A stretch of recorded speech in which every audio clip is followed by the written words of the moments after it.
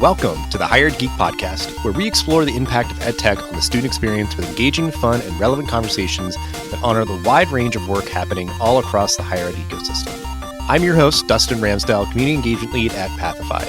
Join me every week for discussions with some of the best minds in education technology. The Hired Geek Podcast is a proud member of the Enrollify podcast network, a robust collection of shows designed to help higher education professionals like you grow every day.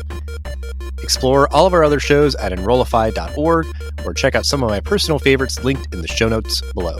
Enrollify is made possible by Element 451, the leading AI-powered all-in-one student engagement platform helping institutions create meaningful, personalized, and engaging interactions with students. Learn more at element451.com.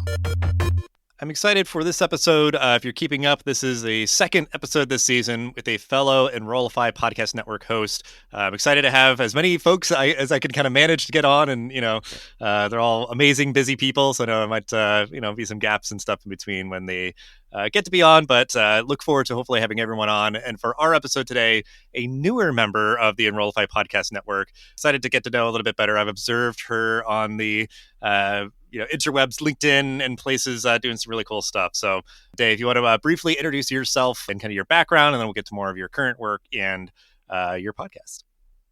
All right. Thank you so much for having me on the show. I'm Dave Kibilds, everyone, host of the Talking Tactics podcast. I'll give you 4 bullet points. I was born in Caracas, Venezuela, so I'm a Latina.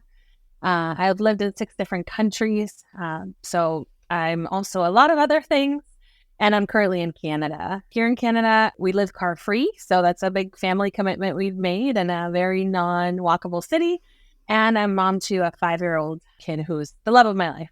For work, I'm a strategist at Ologie. Ologie is an employee-owned marketing and branding agency for education. And professionally, I've also recently really kind of claimed email as my thing. So I'm co-authoring a book with my professional soulmate, Ashley Budd, and it's all about email. Yeah, I guess, I want to honor that Better Email book, and it was forthcoming. As we're recording this is, we're waning days of 2023, so I think something for folks to look forward to in 2024. Yes. I imagine this episode will come out in the future, and I don't know where the book might be at that point, but certainly folks can look for that.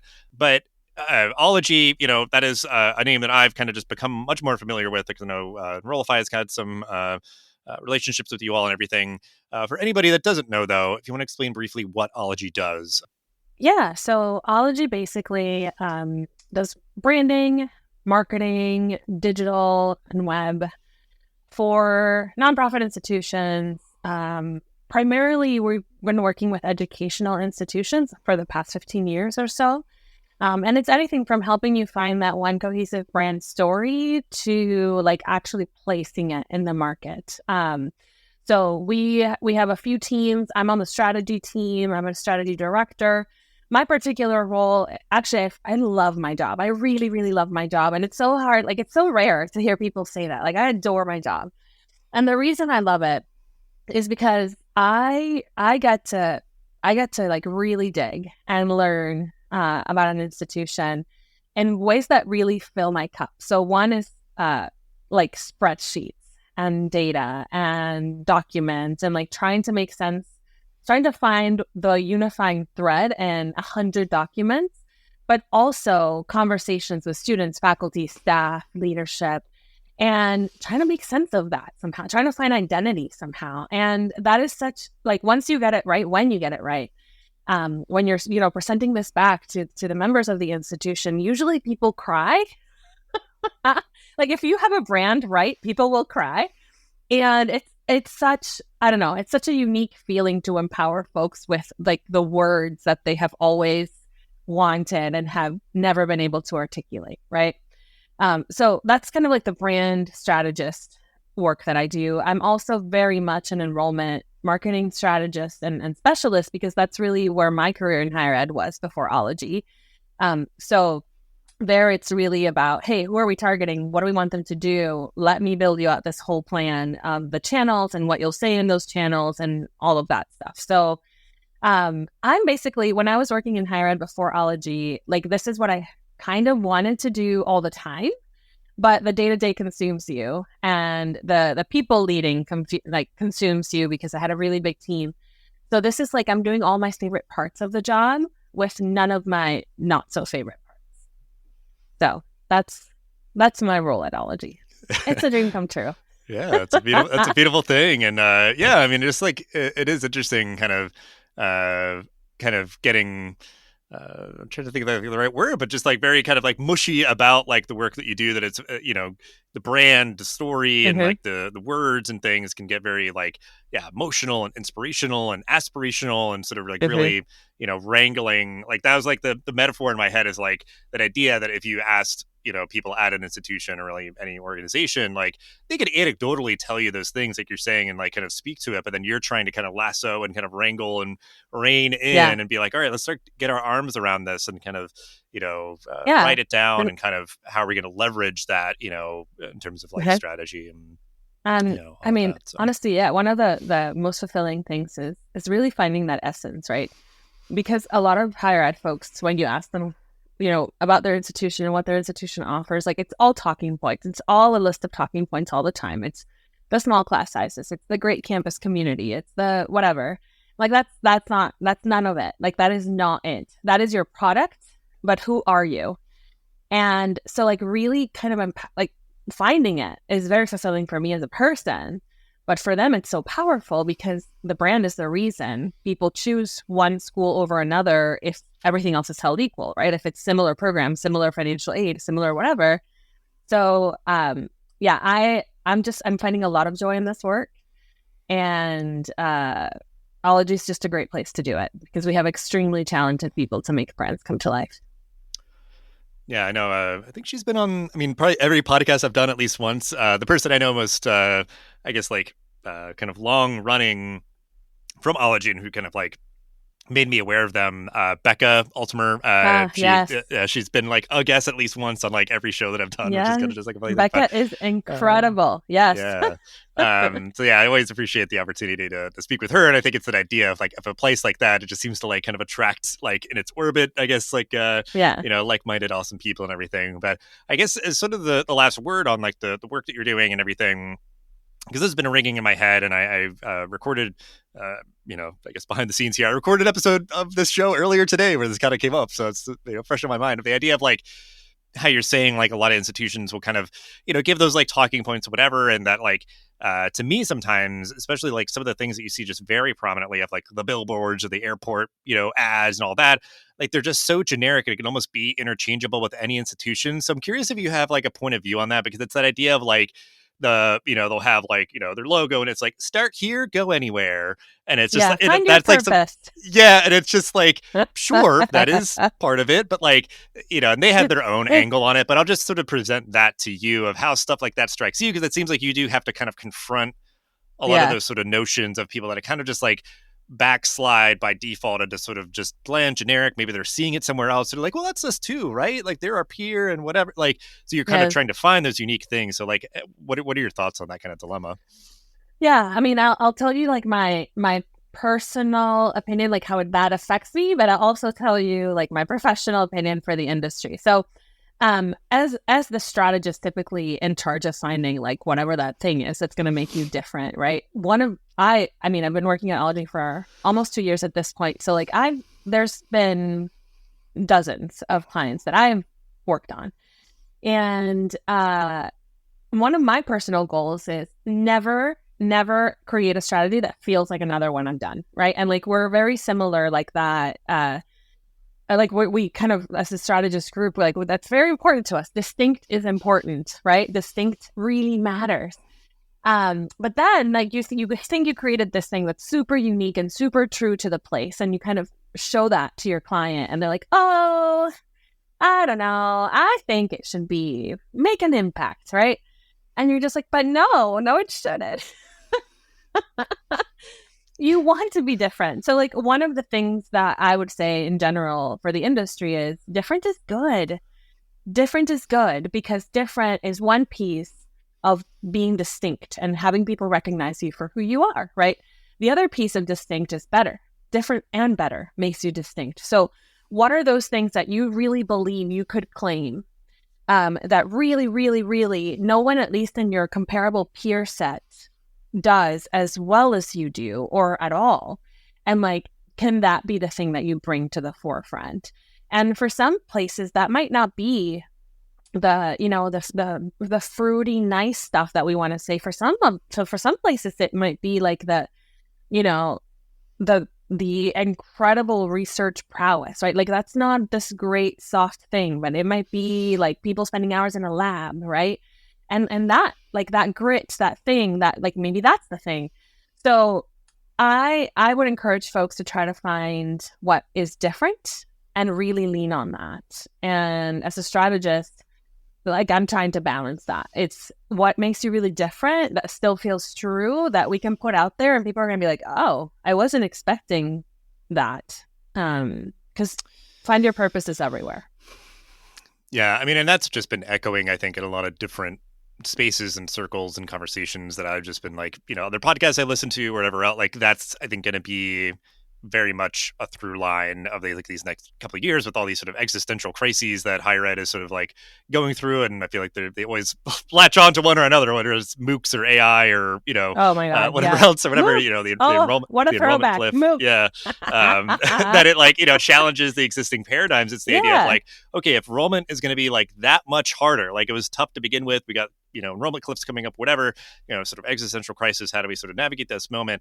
Like that would be part of it is, I think we are going to be putting in the rearview mirror that moment of like, okay, all these interchangeable, bland, generic, kind of shallow, taglines or whatever, and every institution really leaning into like, okay, well, if we have to cut programs, if we have to be lean, if we have to be sort of more kind of scrutinizing with how we sort of exist and survive and hopefully thrive, yeah, it's like find out that thing that's going to be, what makes us different and better, so we can be more distinct in terms of the options out there. Because it's like, I think there is always going to be options for people pursuing higher education, and you just have to figure out like, okay, how do we fit into sort of the suite of options and that kind of stuff. So and that's that with the generic stuff, I think the last thing I'll say on that is that's what higher ed does.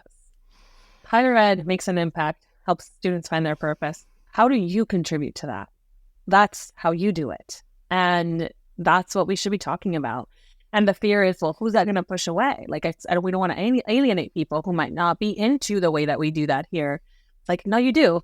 You do want that. You want to make sure they understand if they fit there or not. And and by being bold and putting that statement out there that's not generic, you're going to attract those that never knew about you in the first place. So it's the year for bold, everyone. Yeah, that's another good, bold. Be bold. Be bold. Yeah. It's a good, we like our calls to action here. So we'll have to ask you for another one here at the end. But so yeah, I mean, that's obviously like that's your day-to-day work. Working in that strategy space, and I think certainly, I guess my point of view is like you obviously have to kind of articulate that strategy, and like tactics are the way that you sort of like follow through on that maybe. So it's like you kind of have to like you can't do one without the other or whatever. But so that is as you said, you host the Talking Tactics podcast as part of the Enrollify podcast network and everything. And that like I think it is to me a very refreshing addition where there's I think no shortage of whether it's in higher ed or elsewhere content that you can find as just sort of thought leaders and just positing theories and this and that or whatever, and it's maybe kind of lofty and not really super tangible or relevant or actionable for people. So I think you are distinguishing yourself in that regard with this show, which I think is very admirable.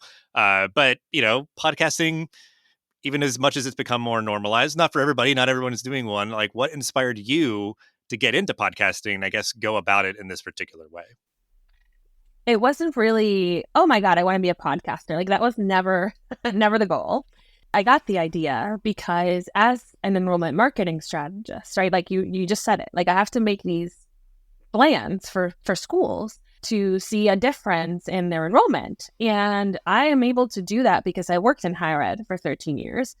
But the longer I don't myself run an enrollment operation, the farther away from it I am, right? So I'm a very futurist thinker. I'm always kind of 3 steps ahead in my own mind. Like, what am I going to be doing 2 years from now? Like, how do I set myself up for that?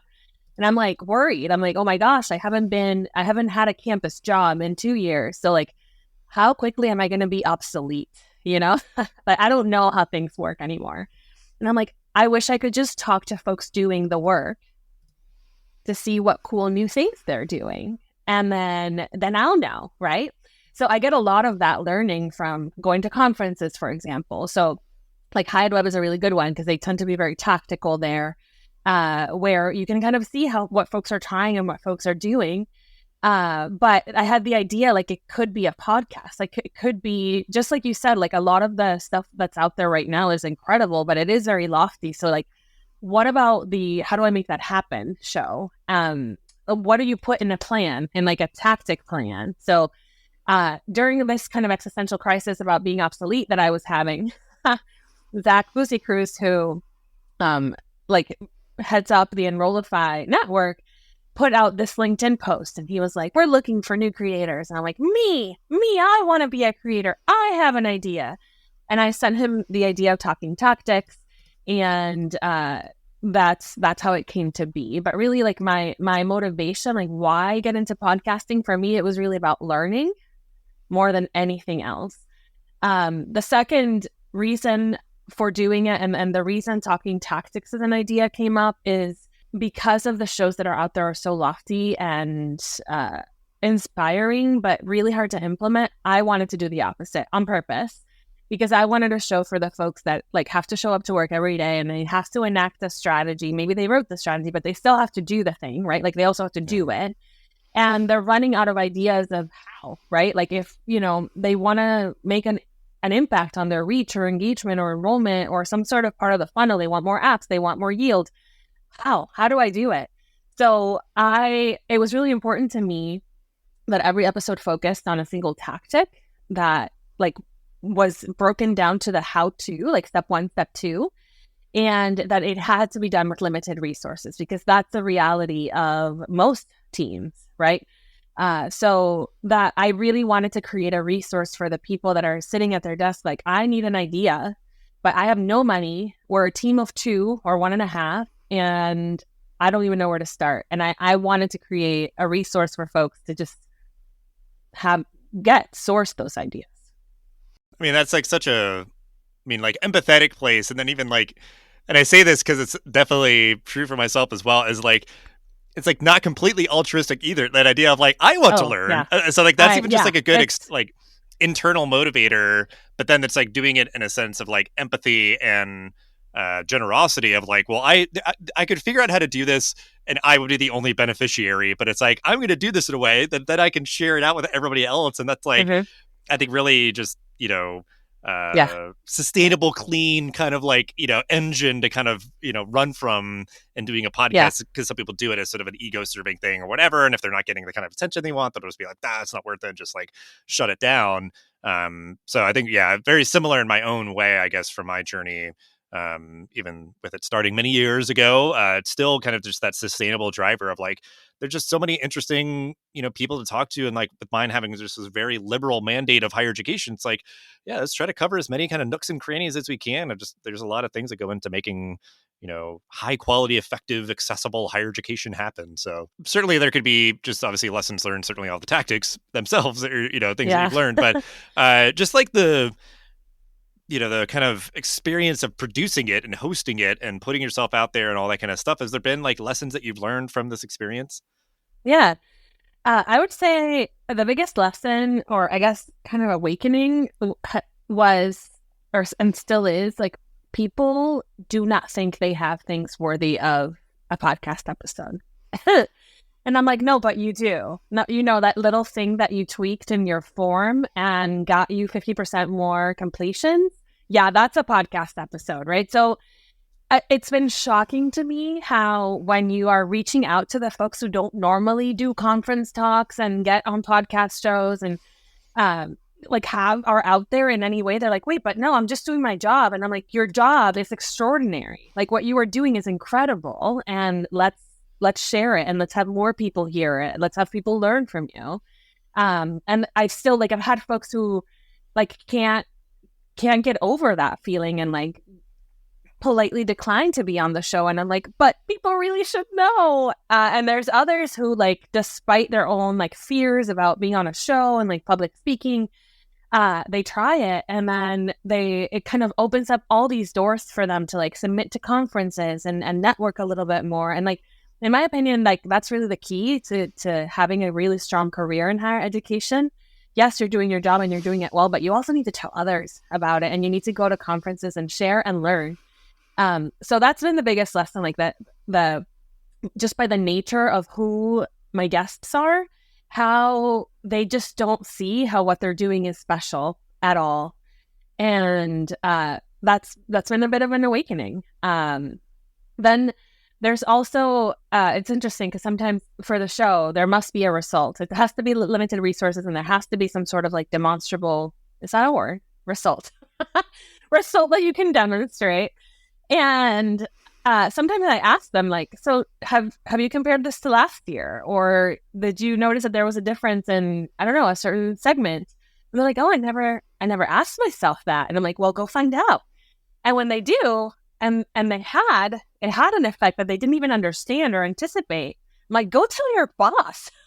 Put this in an email and send it to your boss and tell your boss to tell their boss, and like celebrate yourself. So it's really interesting, kind of because of where this podcast is on like the hierarchy of higher education staff, how kind of humble they are, and they don't know how important it is that the work that they're doing. So that's been the biggest lesson for me. There's been other kind of smaller lessons, like use a project management tool, but that's more production. Yeah. Yeah, that's kind of like wonky, I guess. Not everyone is being a podcaster. That's like some of the stuff, that I always encourage folks to do. But yeah, I mean, that's a really interesting takeaway, the idea of the kind of the sensitivity and the kind of the coaching of people to be on and have the confidence and do that. Where every once in a while, and actually one of the ones I recorded recently, like was somebody who'd never been on a podcast before, and it just is one of those things about helping them to feel comfortable and prepared and all that, because it's like, even doing this as long as I have, like it's, you might steer too much in one direction of like, well, I only want people that are like pros at it and this and that, the other thing. But it's like, well, no, an important mechanism of this is like in your small way, creating this content, uplifting diverse voices and all that, of like, people like who I'm assuming you're talking to, where like they wouldn't have many opportunities otherwise to do this. And then you're enabling them and getting that spotlight shown on them, as they should, that they deserve. And it is that kind of funny thing, like you said, where it's just like, great, thank you for sending me that info about how you made a positive impact, and like also tell your boss, like, because it's like, great, good for me, this will be a good episode, but also for you because you're awesome and you did good work. Like, you need to tell your boss, you need to submit this to a conference. Like, yeah, I do that all the time, and it's very rewarding. And there's actually one of my guests from season 1 who I just got an email from her recently. And she said, she was first-time podcast guest, and she was talking about a tactic on Reddit, and that because of being invited on the show and doing the show, she was definitely not in her comfort zone. She got out of her comfort zone, and then like was brave enough, after all like the good positive feedback she got, to submit her topic as a top 2 case SMC, and she got in. And I'm like, wow, that is a huge deal. That is a difficult conference to get into. And like, she sent me an email to thank me, and I'm like, oh my God, thank you. It's very rewarding. This show is extremely rewarding in every way. Yeah. And I think, it's just, I'm glad that there's been, I mean, one, just like, I think it resonates with the audience, just sort of like the people listening, but then like, this is something that's having sort of this like positive impact for the people that are your guests. Like there's sort of this additional little X factor when it comes to just sort of the magic that you're helping to make happen and to highlight and everything. But so you've done all of your episodes of the season, some special releases that were really interesting too, kind of trying to follow the thread a little bit further of things that people are doing and kind of the long standing kind of impact on folks' careers and everything. So I definitely recommend folks checking out those as well. But I know, we're recording this in kind of the final days of 2023, and winter breaks, a lot of shows kind of on hiatus and everything. What are you looking forward to next year with your show? I don't know, like if it's just kind of like keeping the machine going, or any kind of new innovative ideas that you can tease for folks to get excited about. Season 2 is going to be amazing. It follows a very similar vein as season 1 in the sense that the nature of the podcast brings a lot of innovation because it's folks trying things they've never tried before and seeing that it succeeded and then getting others to try. So I'm really excited for season 2 because there's a lot of AI tactics, AI related tactics, and like cool little ways that you can implement AI that make a difference that are, again, limited resources. But there's also like back to basic tactics, like, hey, let's make a good event. How do we make a good event? There's podcasting, surprisingly, on the show as well. So there will be some podcast episodes and how to feature members of your community on podcasts. So it's kind of venturing into kind of this new technology space or new ways for higher ed to express themselves, but also back to basics. So I'm really excited about that combination because I really think that combination is key for us. And when technology is making giant leaps, it's also like, let's not forget what we do. And my dream, honestly, for 2024 would be that somebody listens to an episode, goes and tries it, and then comes back and tells me that they tried it and they had good results too. Like that's my wish for 2024. Yeah, that'd be a wonderfully meta episode, is like someone talking a tactic that they learned from talking tactics, and then like, you know. Oh my God, please. Let's manifest. Yeah, like the stupid thing that I also thought of, because like my like kind of comedy brain always thinking where it's like, and then what you have to do is maybe do a reaction show where you react to you reacting to someone's talking tactic about a talking tactic. Like you just have to keep sort of like the content, you know, sort of ecosystem and like stratosphere. Keep where it going. Like, keep it going. Like I react to my own reaction of whatever, you know. Everyone seemed like Bo Burnham, you know, they had a really good skit about that in his special. Maybe we can use the kind of final thought call to action here, because I think, yeah, it's been really exciting to see your inaugural season be a success, and looking forward to seeing, you know, what is to come for your podcast in the new year and just all the other awesome stuff that you're doing. But I know you mentioned like the Better Email book that you're working on that should be coming out in 2024. So if you want to kind of use your final thought for that or anything else as we wrap up the episode, the floor is yours. Yeah, so my final call to action is tactics matter. And, you know, strategy sets direction and it's important, but the tactics are the movement and it's the way that you get there. I end every episode of the show with keep walking the walk and talking the tactics. And what that means is do the work, try the thing, take the leap, and then talk about it. Talk about it. Because as we kind of shared throughout this episode, like your boss has to know, peers in higher ed want to know, I want to know. So keep doing the things, keep walking the walk and talking the tactic. Beautiful. Thank you so much for hanging out and sharing all that you did and all your awesome work. And yeah, looking forward to next year and all those that come. And we'll have ways to connect with you and your show in the description. Thanks so much. Thanks, Dustin.